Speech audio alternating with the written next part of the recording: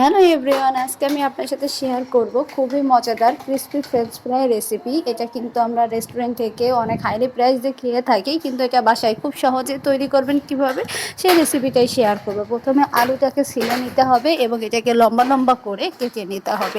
দেন এটাকে পানি হাতের সাহায্যে ভালোভাবে কষলিয়ে কষলিয়ে পরিষ্কার করে নিতে হবে, যাতে এর ভিতরে এক্সট্রা কোনো ময়লা না থাকে। আপনারা কিন্তু চাইলে এটা অনেক দিন পর্যন্ত ফ্রিজে এইভাবে ফ্রোজেন করে রাখতে পারবেন।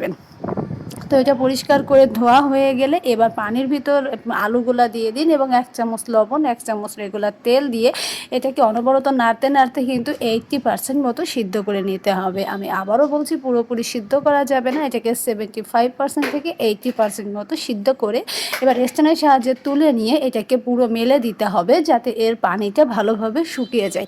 যদি পানিটা না শুকিয়ে যায় তাহলে আপনি যখন এটাকে ফ্রাই করবেন তখন তেল ছুটবে এবং এটা ক্রিস্পি কম হবে।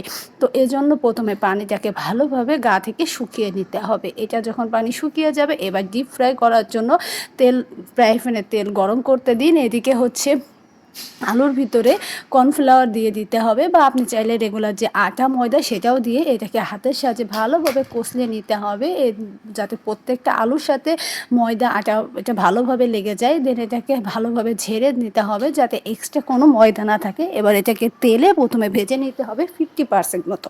একবারে পুরোটা ভাজতে যাবেন না, এতে আলুটা কম ক্রিস্পি হবে, এটা খেতেও খুব একটা মজা লাগবে না। তো প্রথমে এইভাবে ভাজতে হবে এবং এটাকে নাড়িয়ে চাড়িয়ে দিতে হবে। দেন এটা যখন দেখবেন যে 50% মতন ভাজা হয়ে গেছে, এবার এটাকে স্ট্রেনারের সাহায্যে তুলে নিতে হবে ভালোভাবে তেল ঝরিয়ে নিয়ে। এটা কিন্তু অনবরত নাড়তে থাকবেন, তাহলে এটা সব পাশই সমানভাবে ভাজা হবে।